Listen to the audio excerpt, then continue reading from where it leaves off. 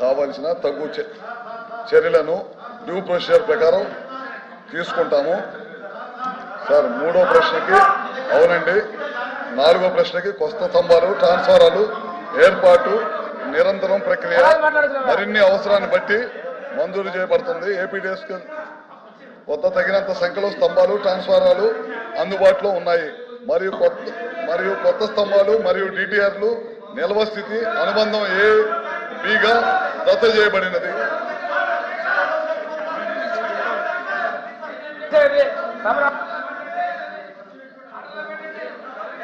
కూర్చోండి.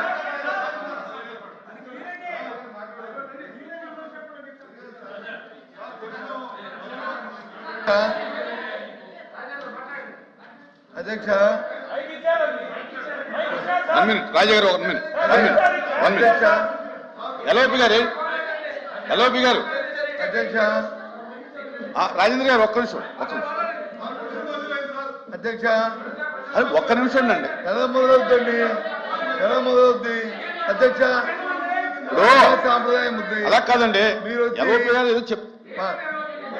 ఏదో అడిగితే మాట్లాడుతున్నారు. అడుగుతుంది సింపుల్ గా. ఆ క్వశ్చన్ అయిపోయిందండి. ఆ క్వశ్చన్ అయిపోయింది. రెండో క్వశ్చన్కి వచ్చాం.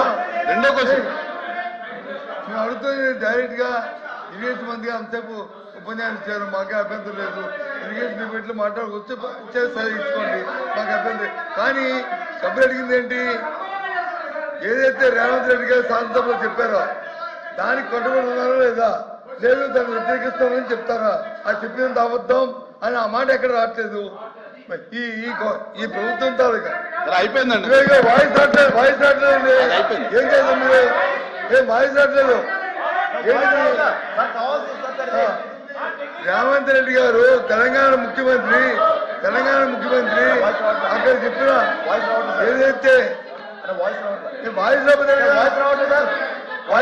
కదా ఏంటిది? తెలంగాణ ముఖ్యమంత్రి గౌరవనీయులు రేవంత్ రెడ్డి గారు తెలంగాణ చెప్తేనే అది వాస్తవం చెప్పనండి. రెండోది ఇరిగేషన్ మినిస్టర్ గారు అన్ని చెప్పారు.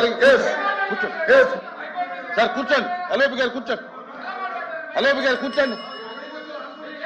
సార్ సెకండ్ క్వశ్చన్కి వచ్చేసాం.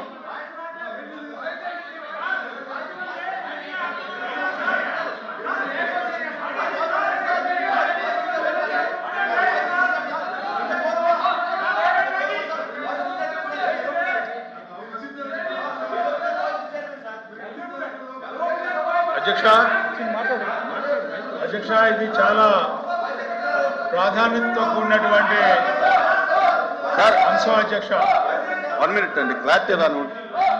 కూర్చోండి ప్లీజ్, కూర్చోండి.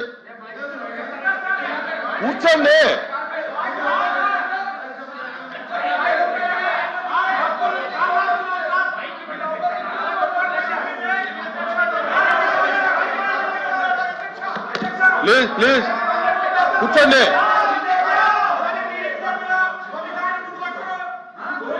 అరే ఆయన కూడా నీకెందుకు స్వామి?